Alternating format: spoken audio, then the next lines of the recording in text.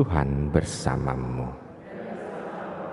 Inilah Injil suci menurut Santo Markus.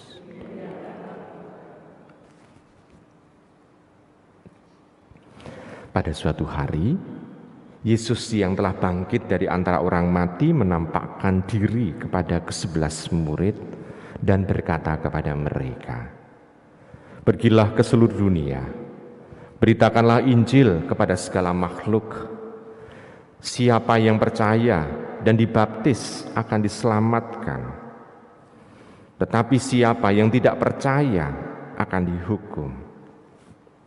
Tanda-tanda ini akan menyertai orang-orang yang percaya.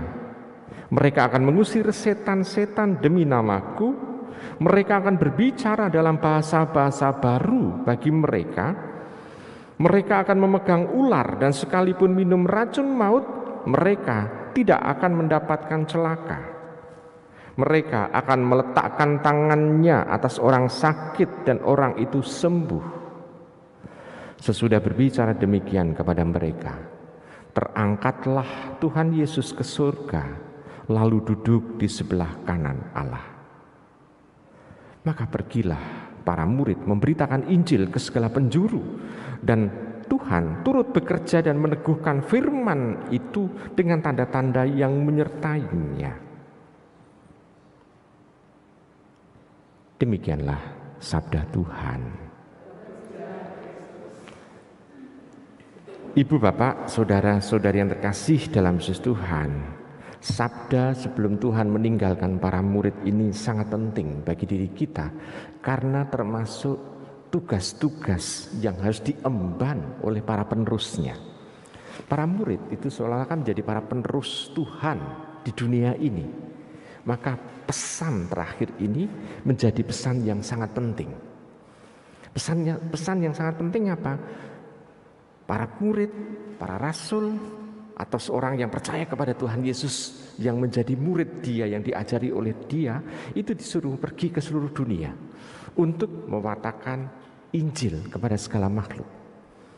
Maka kita bisa melihat bahwa pewartaan Tuhan ini adalah untuk seluruh dunia, bukan hanya untuk mereka yang berbahasa Ibrani, bukan hanya untuk mereka yang menjadi orang-orang Yahudi di tanah-tanah, misalnya tanah Kanaan itu atau tanah Palestina itu, tidak, tetapi untuk semua orang.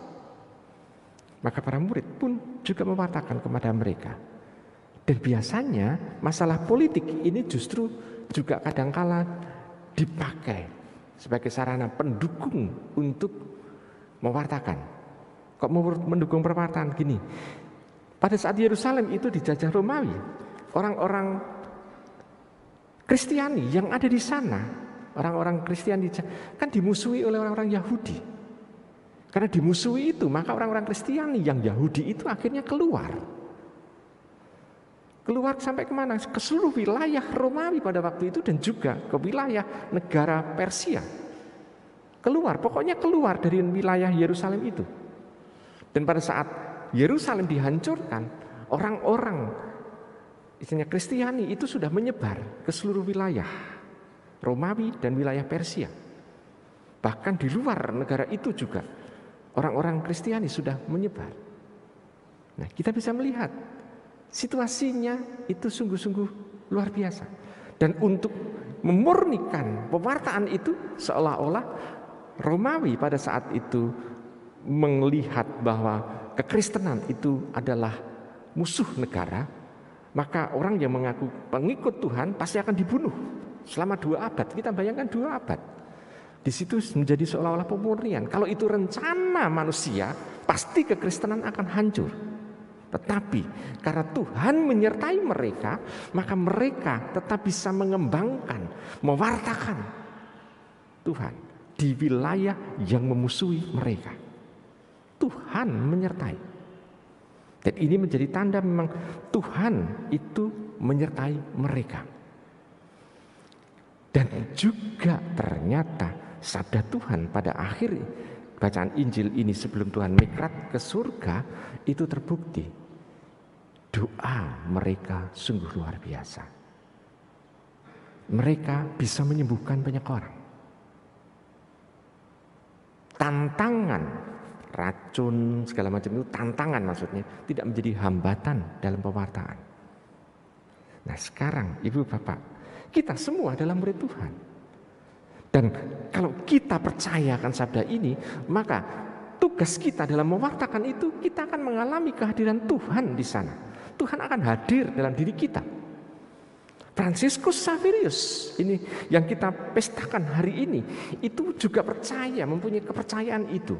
Dia isinya itu keluar dari Eropa menuju kepada tanah yang dia tuju. Itu di setiap wilayah itu dia mewartakan, karena perahu dulu tidak ada terusan Suez, maka harus melingkar mengitari benua Afrika. Lalu nanti pasti akan mampir ke India juga, nanti akan mampir kemana lagi. Dan setiap kali perhentian itu bukan dalam arti berapa jam, tapi berapa hari, mungkin berapa minggu. Dan di situ mewartakan dia.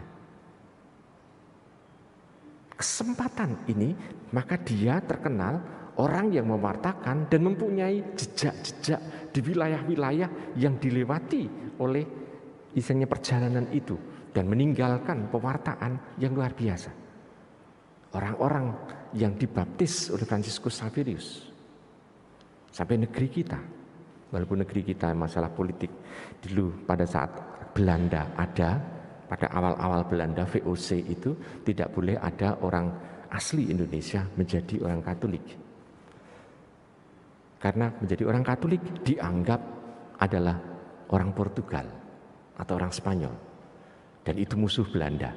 Maka harus dibinasakan atau harus berpindah agama. Kalau ditanya kok Katolik sekarang ada di Indonesia? Ya ada. Karena semenjak awal abad 20, yaitu pada saat itu di Belanda sendiri, Partai Katolik itu menang, sehingga Katolik boleh masuk ke Indonesia awal abad 20. Maka pada saat peringatan 100 tahun dulu Sedang Sono, itu sebetulnya pewartaan di wilayah Indonesia ini mulai terbuka oleh Belanda, baru bisa masuk. Jadi kita bisa itu masalah politik. Maka kalau ditanya apakah Belanda mewartakan kekatolikan, baru boleh masuk awal abad 20, zaman pergerakan Indonesia.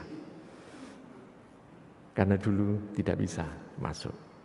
Nah, Ibu Bapak saudara terkasih, maka kalau ada orang mengatakan bahwa kekatolikan itu kan dibawa oleh Belanda, ya orang itu nggak tahu sejarah Indonesia ternyata. Nah, Ibu Bapak saudara terkasih dalam Tuhan, oke, kita akan meninggalkan sejarah yang ada di situ, tapi paling tidak warta Tuhan ini itu juga ternyata memang ada hubungannya dengan masalah politik juga. Tapi politik bukan berarti penghambat, bukan.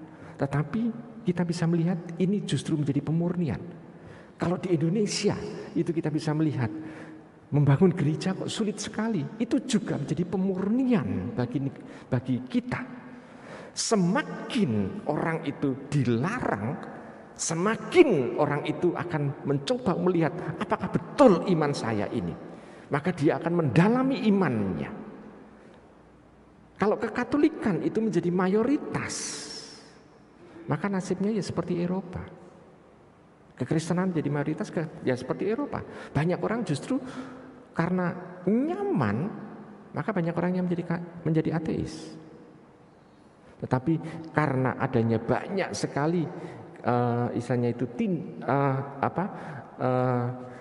larangan-larangan atau orang ditindas, justru iman ini bertumbuh, berkembang. Di negara-negara yang ada itu iman tetap bertumbuh. Maka kita harus bersyukur juga. Larangan-larangan itu justru memurnikan iman kita. Kita menjadi minoritas, itu memang panggilan kita.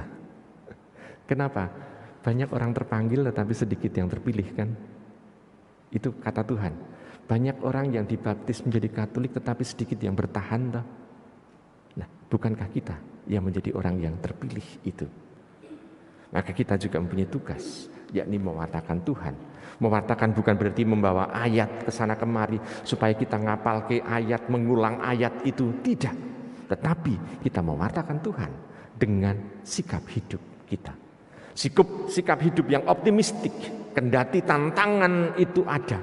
Kendati kalau kita menjadi ASN, kita juga sulit untuk bisa berkembang dalam pangkat mungkin, dalam gaji, dalam istilahnya kehidupan, ya. Tetapi kita tetap bisa bertahan. Dan itu justru menjadi ujian bagi diri kita dalam mewartakan. Dan kita tetap senyum, gembira. Dan ini juga menjadi daya tarik tersendiri. Firman Tuhan ini menguatkan kita. Dan Fransiskus Xaverius itu juga memberikan teladan bagi diri kita dalam mewartakan. Jangan takut mati. Jangan takut istilahnya dimartir. Karena justru disitulah Tuhan akan bekerja untuk kita semua. Selamat merenungkan.